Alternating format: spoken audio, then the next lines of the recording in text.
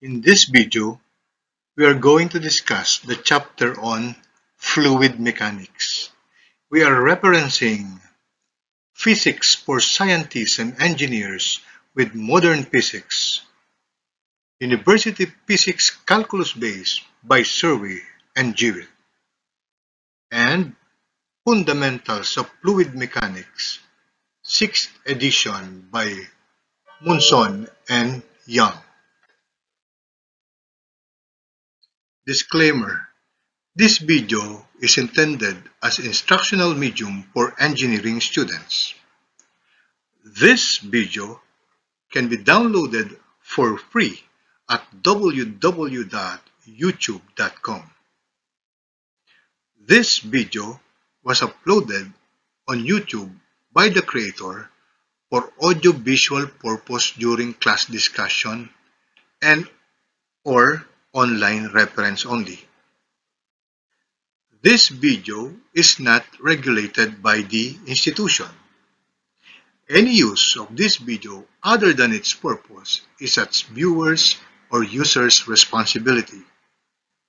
The creator warrant or allow the free use of this video only for instructional purpose and reference. Learning objectives.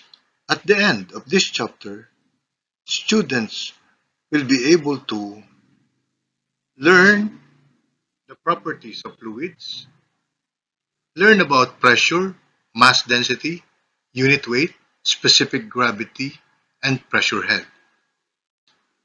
Students will be able to learn about Pascal's law, variation of pressure and depth of fluid, Archimedes' principle or buoyancy, and Bernoulli's energy equation.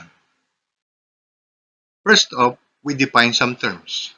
Fluid mechanics is a study of fluid behavior, liquids, gases, blood, and plasmas at rest and in motion. Fluid mechanics helps us understand the behavior of fluid under various forces and at different atmospheric conditions, and to select the proper fluid for various applications. A fluid is defined as a substance that continually deforms or flows under an applied shear stress, regardless of magnitude of the applied stress, whereas a solid can resist an applied force by static deformation. Okay, allow me to narrate this in a Taglish manner because it may be boring or it may not be very interesting to note yung ganitong kahabang mga puro words at hindi natin hahaluan ng paliwanag ay nakaka-boring pag-aralan. Nevertheless, bigyan ko na lang kayo ng summary bago tayo pumalaot ulit para mas maliwanag sa atin ng fluid mechanics. Ito kasing fluid mechanics, ito ay subject ng mga engineering students. Halos lahat ng discipline meron ito. Natutandaan ko, nagturo ako nito before sa mga EE, ME, civil lalo na. Ang civil, nito meron pa silang hydraulics. Bukod pa sa fluid mechanics, meron pang hydraulics. Nung mga lumang panahon, hindi ko lang din alam dahil ngayon yung iba pinagsasama ng hydraulics at fluid mechanics sa ibang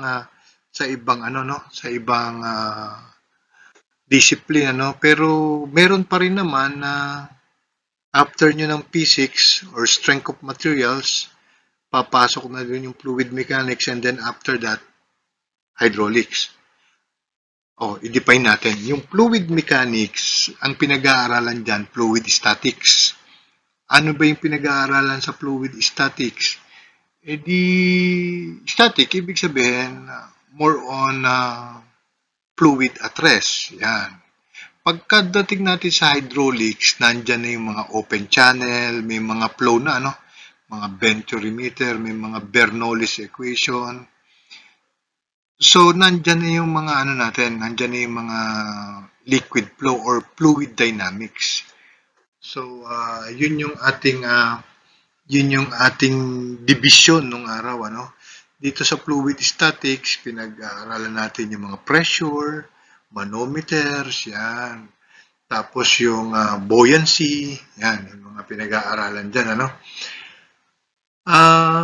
Bagamat dito sa ating libro, sa aklat natin sa physics, nakita ko sa bandang dulo at kasama rin sa naipasa kong syllabus, yung Bernoulli's energy equation, sa tingin ko medyo napa-advance yun kasi nga fluid mechanics ay parang may notion na siya ng hydraulics doon. Ano?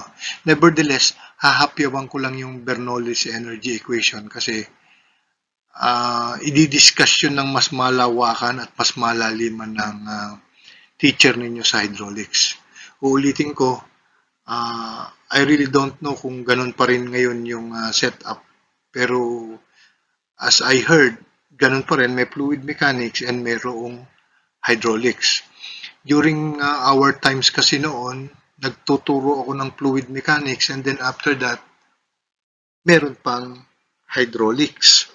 Okay, so ito po yung foundation natin, itong topic na to ng physics. So dito pag-aaralan natin yung mga unit pressure, okay, pressure, density, yan, mga density, specific gravity. Okay. So marami po rito puro definition, pero ang atin lamang pong key takeaways ay mahuhuli nyo or makikita nyo po yun ng mas malinaw kapag nandun na tayo sa mga solving of problems. Anyway, let us define fluid. Ang fluid daw ay substance in liquid or gas phase. Yan, defined as fluid. Distinction between a solid and a fluid is made on the basis of substance ability to resist unapplied shear or tangential stress. Yung shear po, kapag allow me to draw something here. Okay. Halimbawa, ito po yung ating substance. Tapos nilagyan natin ng applied load dito. Okay. Kung siya ay solid, magre-resist itong solid na to magre-resist to. After some time, ang mangyayari lang sa kanya na deformation is something like this. Ayan, medyo gumanyan lang. Nagkaroon lang siya ng delta X dito. O yun yung parang shearing stress na tinatawag natin dun sa nakalipas nating video, no? Magkakaroon siya ng delta X dito at nababago yung height, ano? So, yan po ay pag-solid. Okay. Ang tubig daw, walang ganyang karakteristik, or ang fluid, sorry. Ang fluid, walang ganyang karakteristik. It will continually deform. Okay? So, halimbawa, meron tayo dito, tapos kunwari yan daw ay tubig, gawin natin ganitong kulay, tubig. So, wait. So, yan daw ay tubig. Okay? Kapag in-apply natin yan ng shear, it will continually deform, ano? Okay. Maano lang siya, tawag dito, mawawash out lang siya, mawawala yung forma niya, no? Pero kapag at yan ay tangential yung stress, ano? Pero kapag normal yung ibinigay yung ano sa kanya, magre-resist din siya. Okay? So, yan yung ating tinatawag na fluid. Ngayon, medyo malabo yun. Malabo yung ano yun, sir. Ito na lang. Paano mo ba ma-distinguish kung fluid or ano? So, itong pinaka-paborito kong definition ng fluid. Fluids are substances that are capable of flowing. Ayun. Yun po. Tapos na po doon ng labanan. Capable of flowing. So, wala ka nang ibang iisipin at wala kang kaligaw-ligaw. Kapag yung simpleng definition na yon, ay pumasok sa isip mo, tapos na, alam mo na kung ano yung fluid. Masyadong malalim po ito kasi naunang definition, substance, distinction between solid and fluid are the basis of ability to resist the applied tangential. So, napakahirap ano. Pag sinabing fluid, fluids are substances that are capable of flowing. Tapos, yung laway, nagpo-flow. Eh di fluid yon, dugo, it can flow. Fluid, pawis, it can flow. Fluid, yung luha, teardrops, fluid. Eh gasolina, nagpo-flow ba? Eh di fluid din, fluid. Okay? So lahat ng nagpo-flow, mantika, langis, tubig. Okay, tubig nga ang pinaka-universal fluid. So tubig, kape. So compound man siyan, mixture man yan, basta it is capable of flowing, that is considered fluid. So maliwanag tayo dun sa fluid. At nung nalaman nyo na kung ano yung fluid, yun po yung mga pag-aaralan natin ngayon. Okay, I hope that is clear. Okay, isa sa mga property ng fluid ay yung unit pressure. Pressure is the force per unit area applied in the direction perpendicular to the surface. So, ano ba ibig sabihin yan, May isa pang definition, pressure, PE, it is the normal force exerted by the fluid per unit area. Pag sinabing normal force, perpendicular force exerted by the fluid per unit area. So kung meron tayong sabihin natin container na ganito, pardon my drawing mouse lang po itong gamit ko. Kung may container tayong ganito, cube, okay, kunwari may ganyan tayo,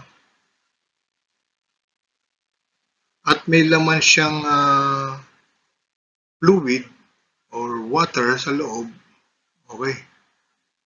So, perpendicular force daw. So, yung force na yon magkakaroon na, yung fluid na yan, magkakaroon ng force to the walls. To the walls of this, okay, merong pataas, merong pababa, okay. So, yun po daw yung unit pressure, yung forces na ina-apply perpendicular to the surface. Yan, maliwanag po tayo dyan, So, burahin po muna natin itong mga bagay na to. Alright. So, kung meron tayong, let us say, cylinder or PVC pipe, yan yung ina-apply na pressure to the walls, perpendicular to the surface, okay. Ngayon, the unit of pressure in SI system is Pascal. Ano ba yung Pascal? Pascal po is Newton per square meter. Burahin po muna natin ito. Pascal is Newton per square meter. Okay. So, bakit po naging ganun? Ito nga pong force natin will be in Newton at yung area natin will be in meter squared. Pero meron din po siya sa English unit na pounds per square inch. Okay? At meron din, pwede rin siya na Newton per square millimeter or megapascal. So, yan po yung mga units natin for pressure. Where ito po yung ating formula ng ating pressure. Ito, wherein P is the pressure, F is the component of force. Napaka-importante nito, perpendicular to the surface, and A is the area of the surface. Ngayon, pag-usapan po natin yung iba't ibang units of pressure. Meron po akong inilagay na table dito na pwede nyong maging notes. Actually, meron tayo ditong Pascal. Okay? Ito yung Pascal, Newton per square meter. Ito yung corresponding niya sa bars, atmospheres, torr, at ito naman yung PSI. Pero may hinighlight po ako dito, itong isang to. Okay? Actually, ang sikreto po dito sa pressure, you do not have to memorize all of this. Ito lang pong guhit na to, ito lang pong may highlight na to, ang ma-memorize nyo, lahat na po yan kaya nyo nang isolve. Bakit? Kapag alam mo yung 1 atmosphere is equal to 101.32 kilopascals or 1.01325 times 10 to the 5th pascals,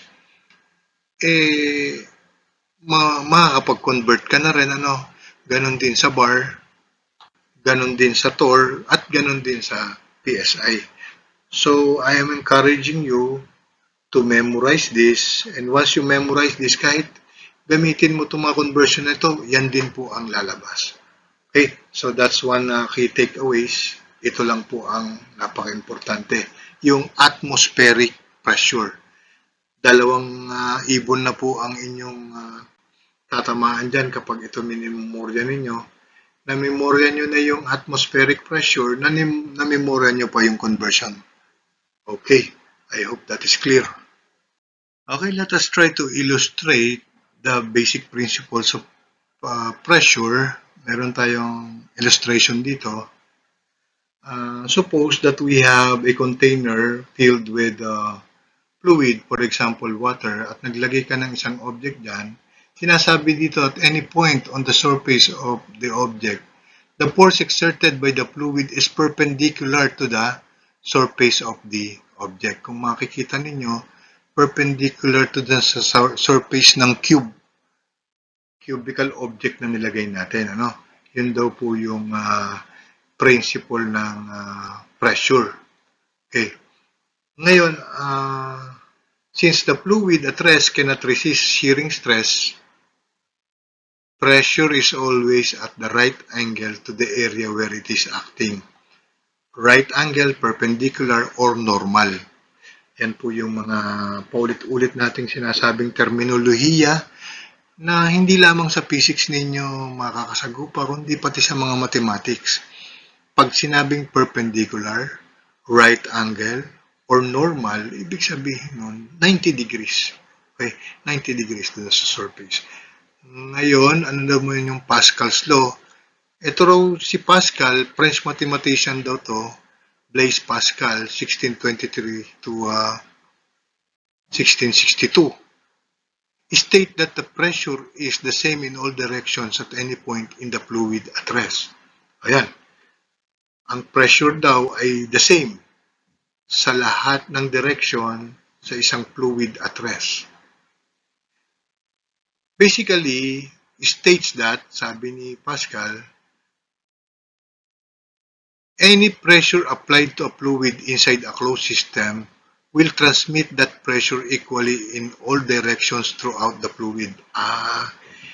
Ito po ang ating linawin, So, linawin natin yan. Kung nakakagamit po tayo ng tinatawag natin ng mga hydraulic jack, okay?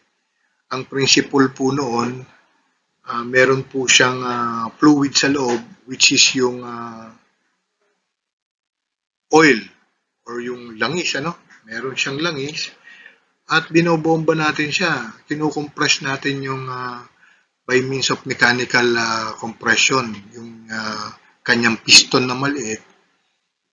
At yung maliit na piston na bumobombang yon, nag-aangat do sa mas malaking piston.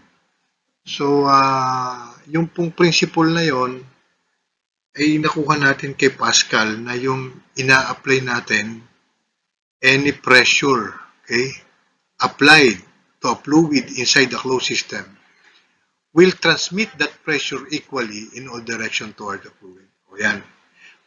Mamaya po or sa mga susunod po nating video presentation, magkakaroon po tayo ng example tungkol dito kung paanong yung napakaliit na compression force ay makapagbubuhat ng malalaking bagay. Okay? So sa mga pneumatics po at saka sa mga heavy equipments, ito pong Pascal law ang ginagamit. Okay? It is also worthy to note that the total hydrostatic force F is equal to P times A. O saan ang galing yan? Eh di dun din sa formulang P is equal to FA kasi na cross-multiply lang. Pressure is a scalar quantity because it is proportional to the magnitude of force. So yung magnitude lang, no? Walang direction. So pressure is a scalar quantity. Follow up sa sinabi noong kanina, previous slide, another important distinction is that force is a vector and pressure is a scalar. There is no direction associated with pressure. But the direction of the force associated with the pressure is perpendicular to the surface on which the pressure acts. Inulit na naman po, ano? Inulit na naman. So, pressure is perpendicular to the surface in which the pressure acts. Pag-usapan po muna natin yung tatlong pinaka-common na pressure or basic pressure dito sa fluid mechanics. Kasi alam natin na napakaraming pressure na pinag-uusapan dito sa fluid mechanics, thermodynamics, yan, iba-iba. Pero dito sa fluid mechanics, meron tayong tinatawag na atmospheric pressure, gauge pressure, and absolute pressure. Iba-iba po itong sila, no? Yung atmospheric pressure daw po is the weight of all gases above the surface in which it comes into contact. Ang atmospheric pressure daw po ay known as barometric pressure. Comes from barometers, ano? Yung barometers, yung po yung instrument na pangkuha ng pressure, okay? So, it is the pressure within the atmosphere of Earth. Ayun, kaya nga atmospheric, ano? It is the pressure within the atmosphere. Under normal condition daw po, ang atmospheric pressure at sea level is equal to 101.325 kilopascal. Ayan na yung sinasabi ko kanina. Pag nakabisado mo may highlight na yon, kabisado mo na itong atmospheric pressure. 14.7 or 696. 14.696. Ginagamit po na lang natin dito kadalasan 14.7 PSI. Okay, ito pong 100 kilopascal, hira po talagang gamitin to. Talaga pong ini-eksakto natin ng 101.32, no? Yan po yung mga ginagamit daw ng mga engineers. With increase in altitude, atmospheric pressure decreases. So kapag ka daw tumataas ang tayo, umakit tayo sa bundok, bumababa raw yung atmospheric pressure. Parang baliktad po, ano? Pero ito po yung nakasad sa libro. Wala po tayong magagawa. Ito po ay sinasabi ng mga scientifico. The air around you has weight and it presses against everything it touches. That pressure is called atmospheric pressure or air pressure. It is the force exerted on the surface by the air above it as gravity pulls it to the earth. Inulit na naman, atmospheric pressure drops as altitude increases. Bumababa daw po ang atmospheric pressure kapag tumataas daw po ang ating altitude. Okay, mamaya tingnan natin kung paano ipapaliwanag sa atin ito ng ating aklat.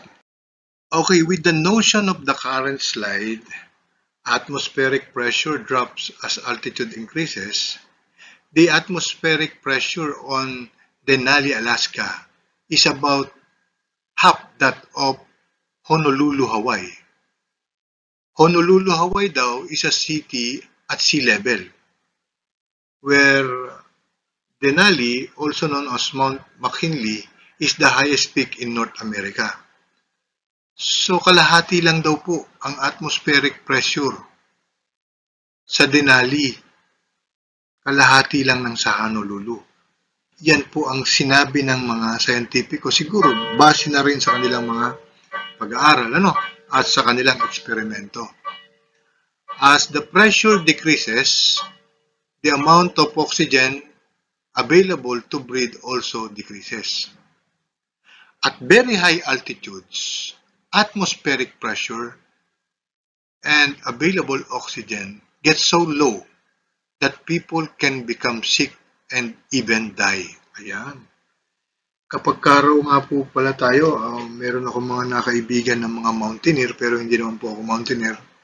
Kapag tayo daw po yung umaakit sa bundok at hindi tayo sanay at wala tayong karanasan pa, kailangan may dala tayong mga gadgets. Kasi nagkakaroon daw po ng at very high altitude, atmospheric pressure and available oxygen get low. So yung iba may dalang oxygen. At yung iba naman, ang ginagawa nila sa pag-akit sa bundok, hindi nila binibigla. For example, ngayon ang aakyatin nila ay ang taas lamang ay 1 mile ang taas. Susunod 2 miles para nagkakaroon sila ng tinatawag na ating adaptation, na-adapt nila yung sarili na dahan-dahan dun sa ating environment, atmospheric environment. Okay, makalagay dito, mountain climbers use bottled oxygen when they ascend very high peaks. They also take time to get used to the altitude because quickly moving from higher pressure to lower pressure can cause decompression sickness. Decompression sickness is called the bends. It is also a problem for scuba divers who come on the surface too quickly. Yung mga scuba divers daw po na galing sa ilalim at bigla raw po daw aangat sa lulutang sa ating water surface, nagkakaroon din daw po ng problema kasi sudden change in pressure ay problema po. Lahat po ng bagay na sudden change ay talaga pong nagkakaproblema. Sudden change in temperature, maaaring makabiyak ng isang bagay kahit nga daw po yung hardest solid, which is diamond. Ang makakapagbiyak lamang sa kanya is the change in temperature. Paiinitan mo ng gusto bago mo buhusan ng malamig na tubig, o hindi mabibiyak daw po yan. Ganon din sa pressure. Sudden change in pressure ay magdudulot ng sickness sa isang tao. Kapag tayo po ay umaakit sa Baguio at tayo po ay papataas, hindi po tayo masyadong nabibingi or umuugong yung ating tenga. Pero kapag galing po tayo sa taas, okay? Galing tayo sa taas, pababa tayo. So galing tayo sa lower atmospheric pressure, pupunta tayo sa higher atmospheric pressure. Talaga pong doon natin mararamdaman na talagang umuugong po yung ating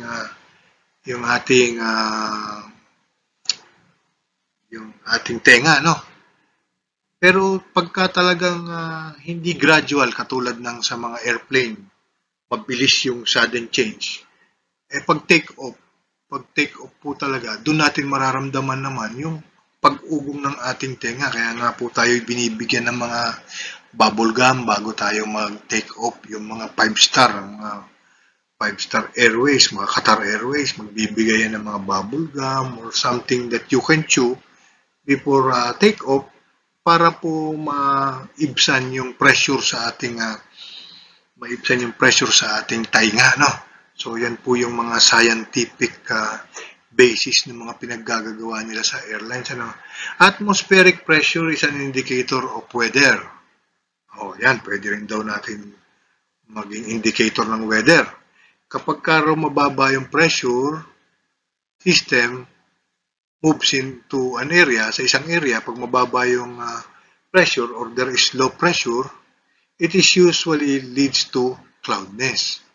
Kaya pala naririnig natin si Kuya Kim na may low pressure area po tayo natatagpuan. So, kapag may low pressure area, magkakaroon ng clouds, winds, and precipitation. Magkakaroon ng pag-ulan. High pressure systems usually leads to fair, calm weather. Okay. Okay, yan po ang ating tatandaan. Ang mga ulat sa ating panahon ay nanggagaling din dito sa ating atmospheric pressure. Kaya nga po sabi ni Kuya Kim, ang buhay ay weather lang. Too much for atmospheric pressure. Gauge pressure naman tayo. Yung gauge pressure, yun yung pressure na may measure ng gauge. Kapag meron tayong tangke ng tubig, meron kayo nakikita rong gauge. Okay. So, by the way, yung tangke natin nasa may cut-in, cut-out yun, ano? Yung cut-in niya nasa 26 PSI, no? Tapos kakat off ka ng mga 10 PSI. Kakat-in ka ng 10 PSI, kakat off ka ng 25 PSI para masupplyan yung mga aircon, mga shower sa taas. O yan, key takeaways po ninyo yan sa inyong tinatawag na testing and commissioning. Yan, pag nagte-testing and commissioning po, at tayo ay walang overhead tank, meron lang tayong pressure tank sa baba at 2 palapag, ano? Bibigyan ko na kayo ng idea. Ang gawin yung cut-in is 10 to 12. Okay? Kadalasan 12 PSI, pakat-inin mo na yung iyong Jetmatic, tapos papatay mo na sa 25 PSI or 26 PSI. Huwag niyo na pong kakaparamihin sa 30 PSI, bagamat yung pong mga Neltex natin ngayon or yung mga tinatawag natin na PVC pipe, okay, kaya niyang mag-withstand ng 100 PSI. Pero yun lang po ang ideal sa 30 para minsan po kasi kapag sinobrahan mo, hindi na kayang mag-automatic noong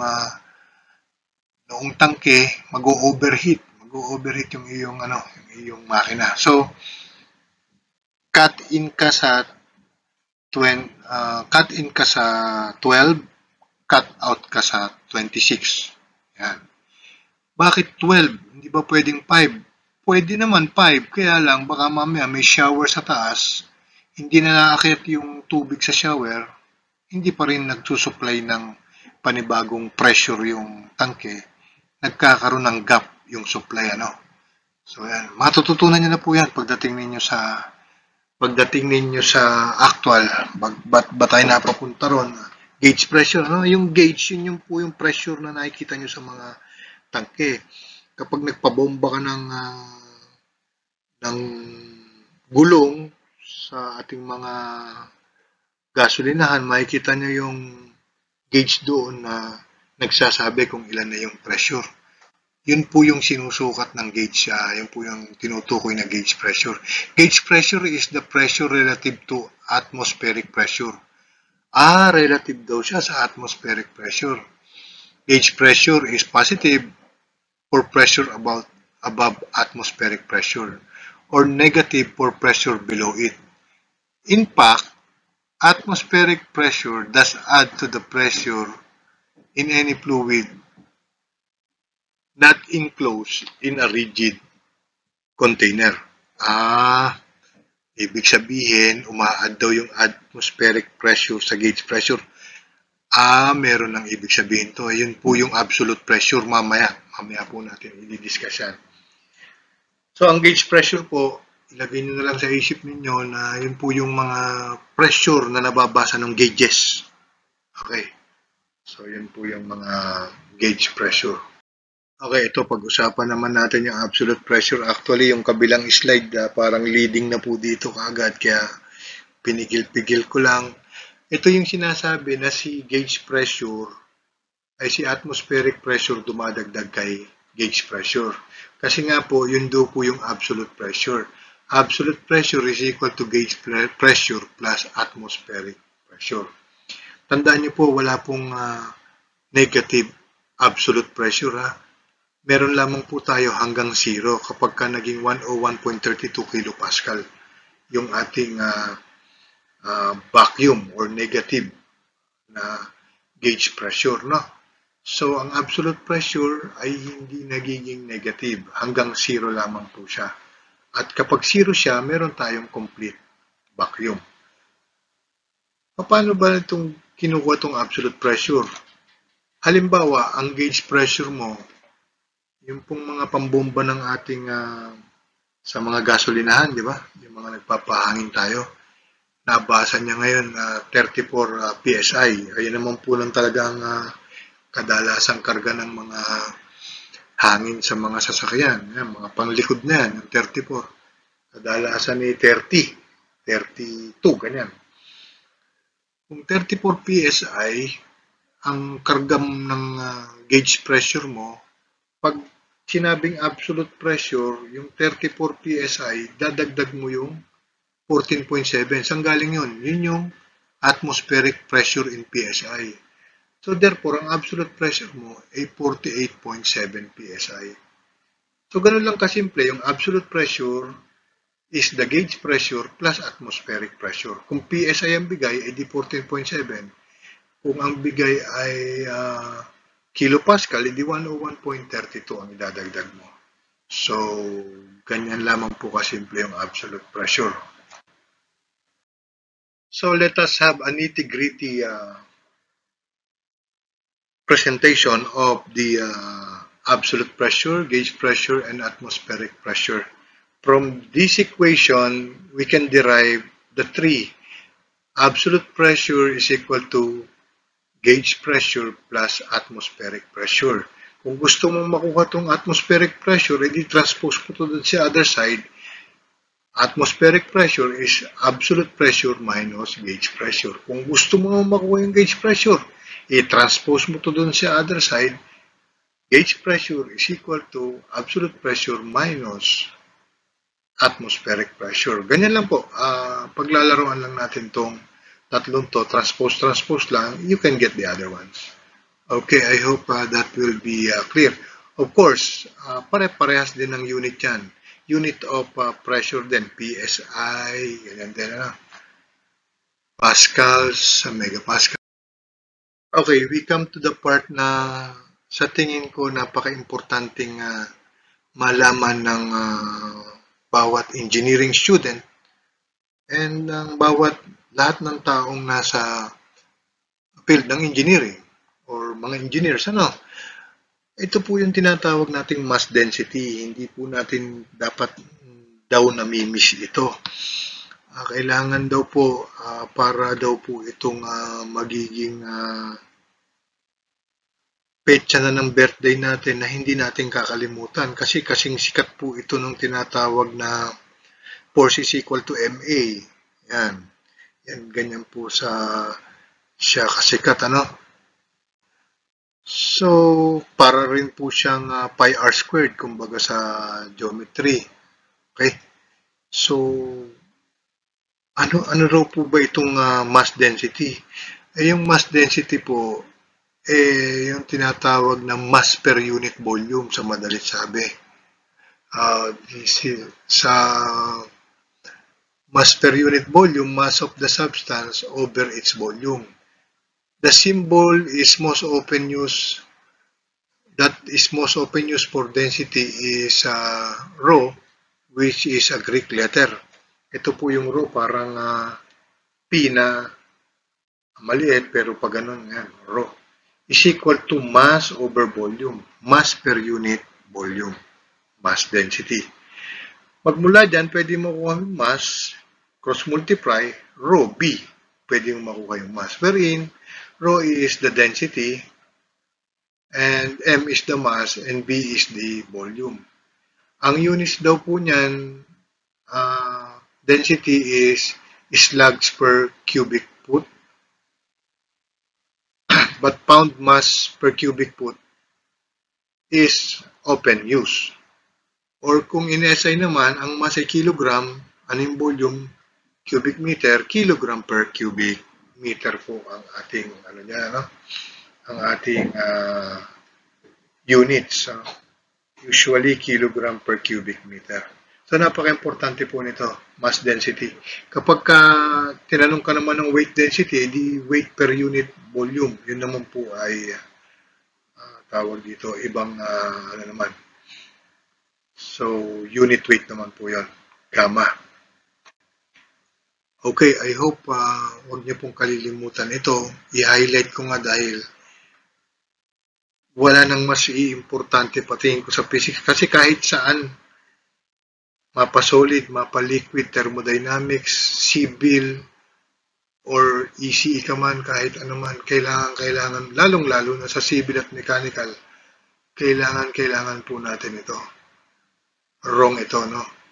Mass per unit volume, or ang tawag daw po dyan ay mass is equal to, yan yung mga pamoso yan, no? Rho B.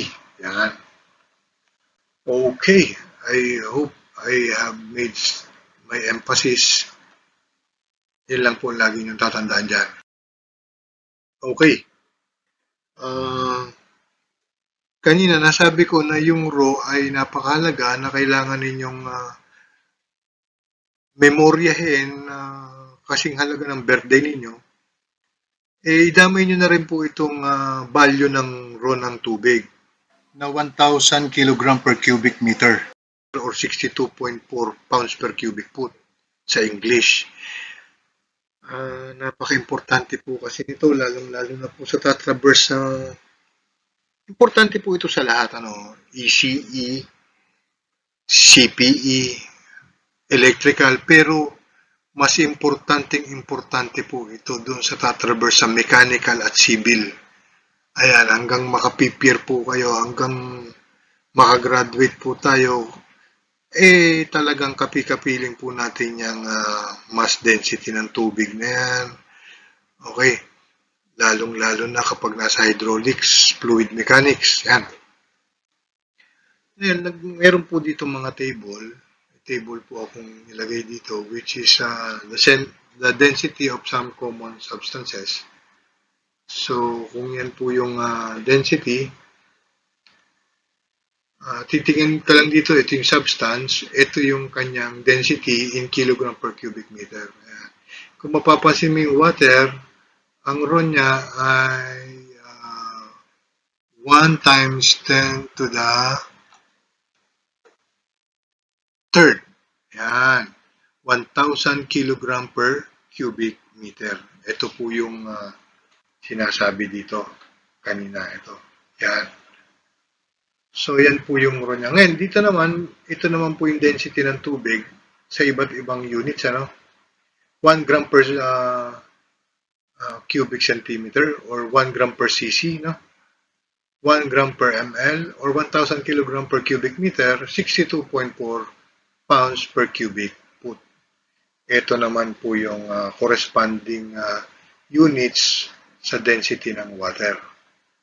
So, titingin lamang po dito sa ating table kapag hindi alam. Pero, ito ang perong malaki, Halimbawa po at walang given sa problem na mass density, ang gagamitin po natin ay ang table. Okay.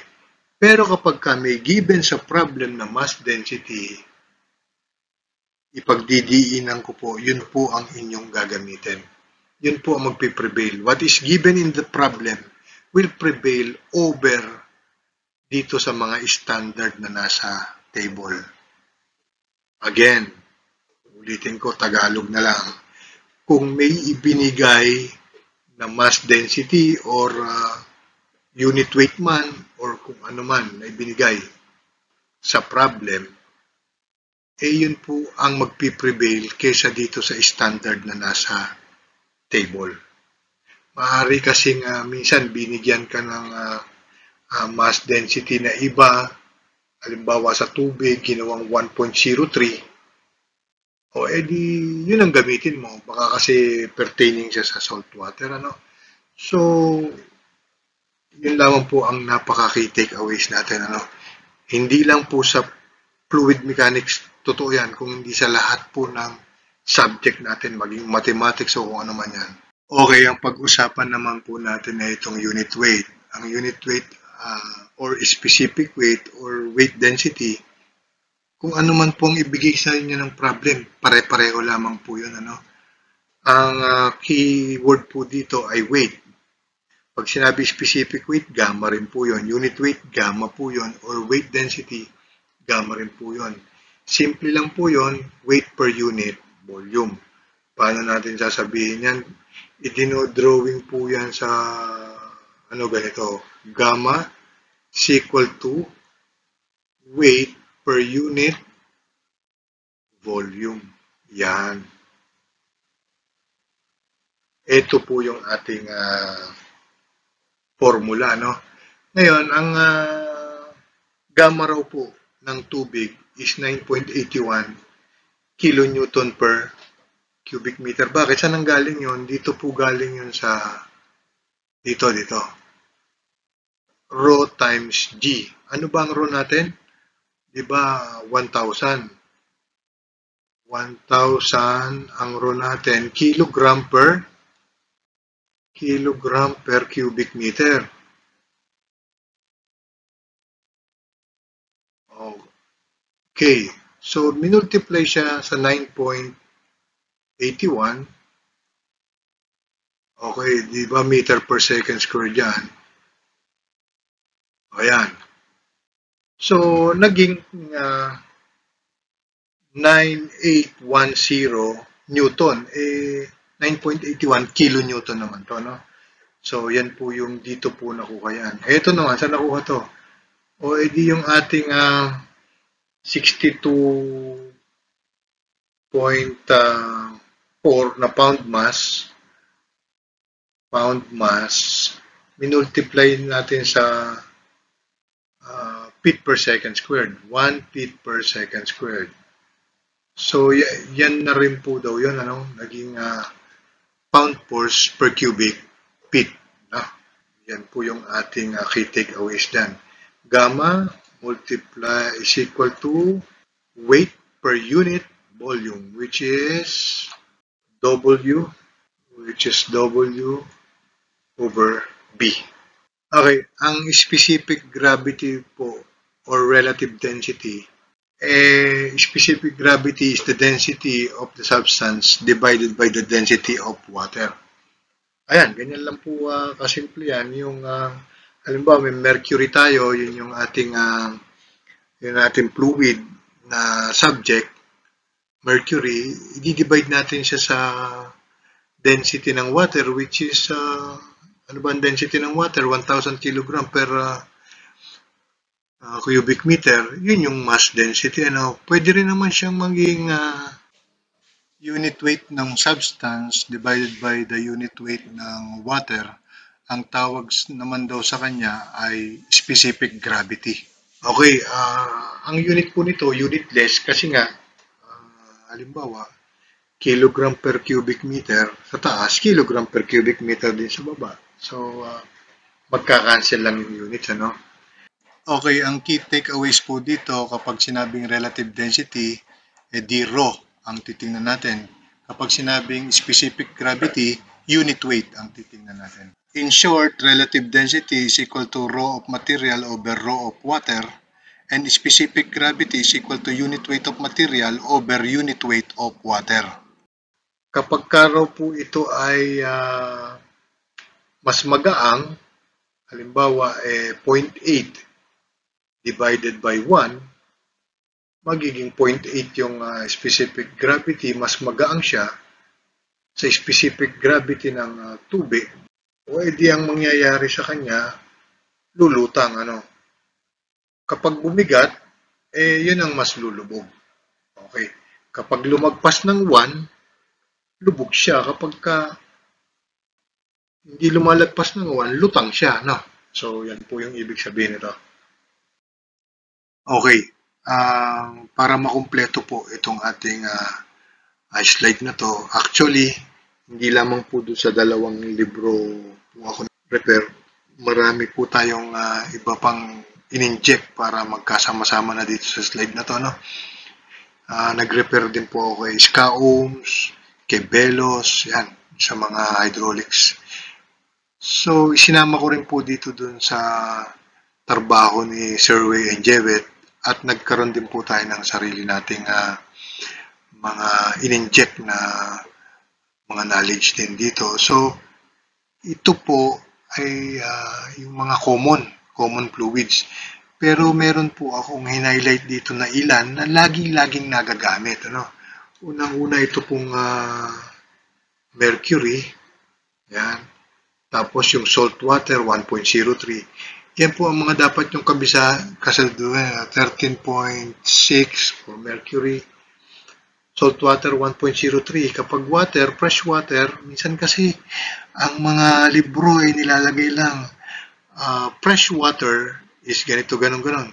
So, ang kailangan, kabisado mo yung table para alam mo na fresh water, 1 ang gagamitin mong specific gravity.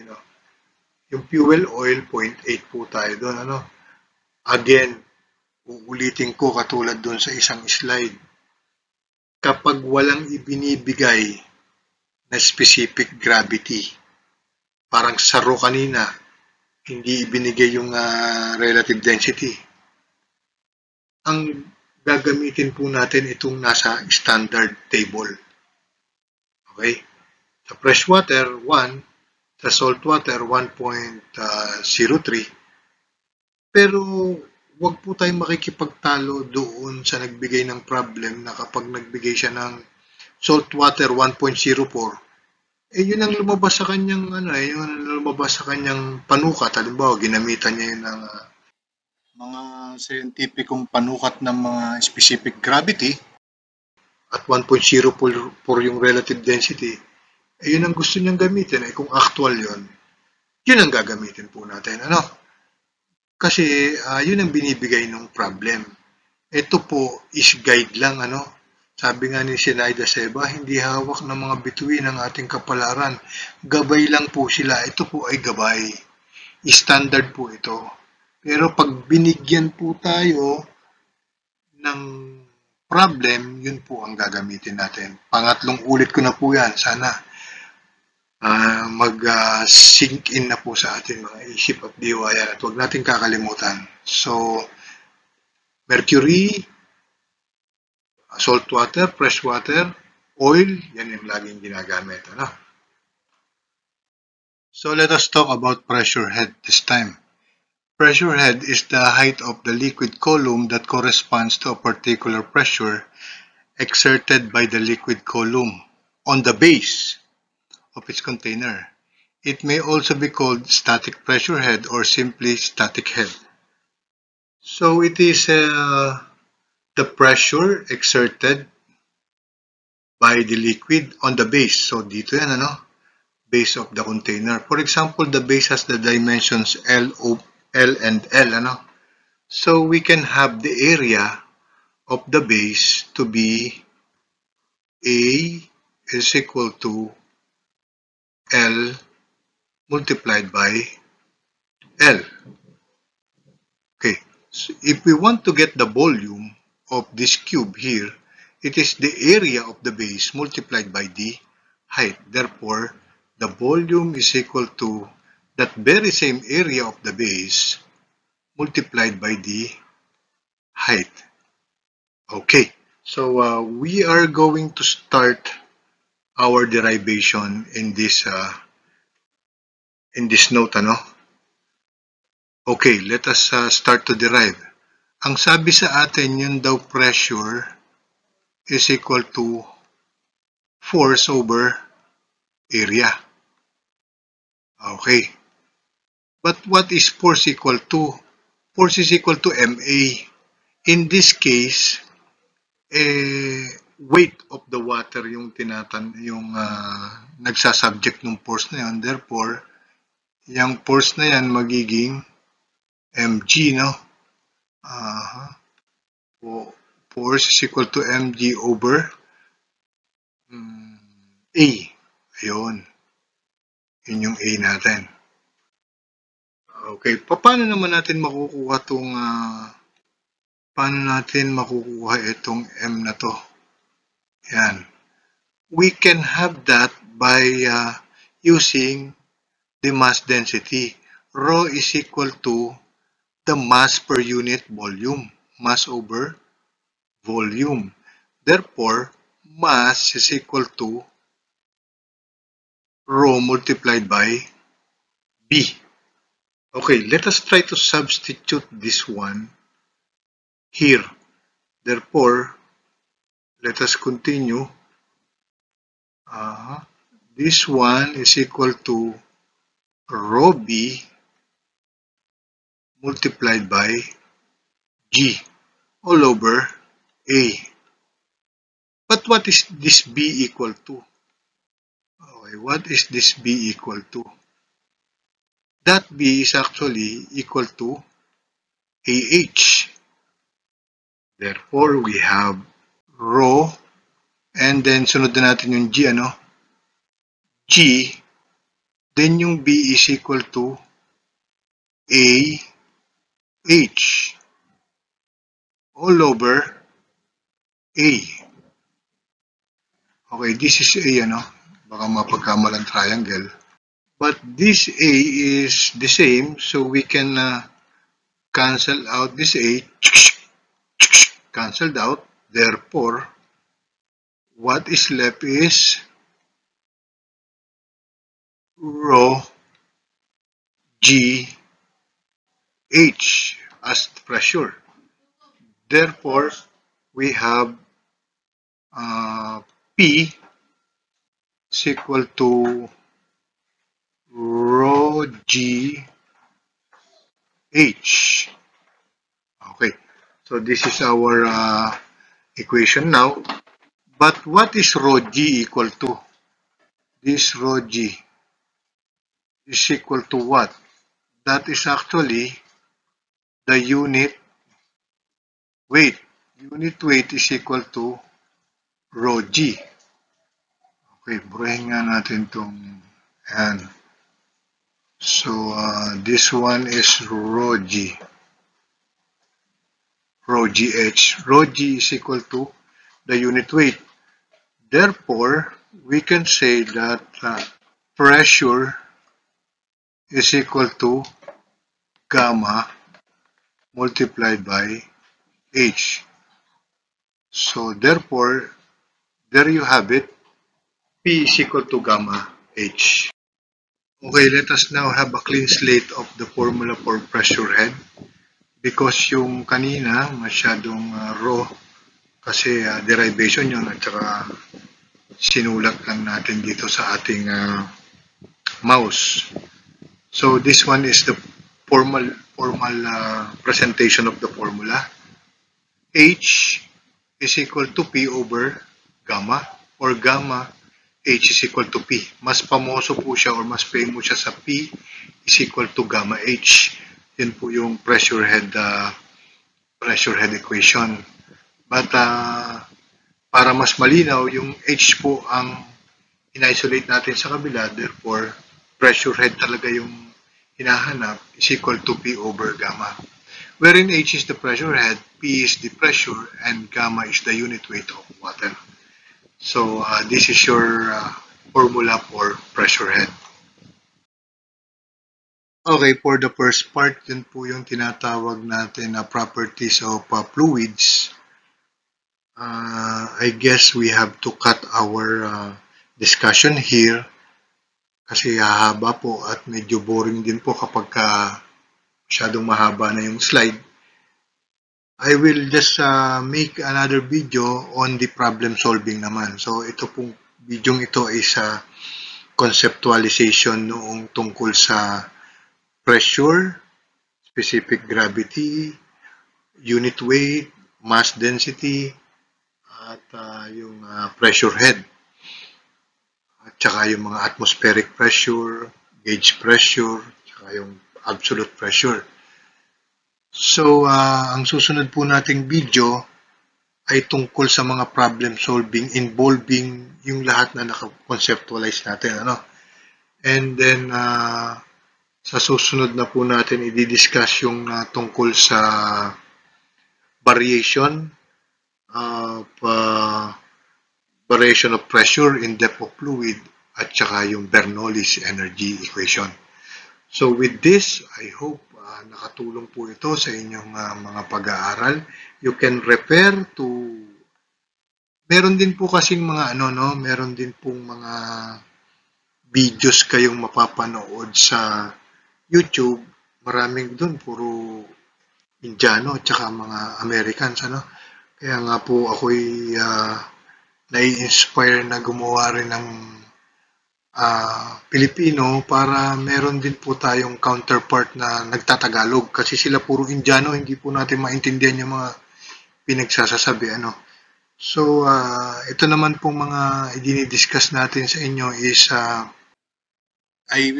approved published book po, textbook natin, nakasubmit po ito sa ating Dean at dumaan po ito sa katakot-takot na edition bago na i-publish. So, nasa book naman po ito. At kung mapapansin ninyo, yung setting kasi, parang more on Philippine setting itong ating pagpapaliwanag kesa sa kanila, So, kung sa kanila marami silang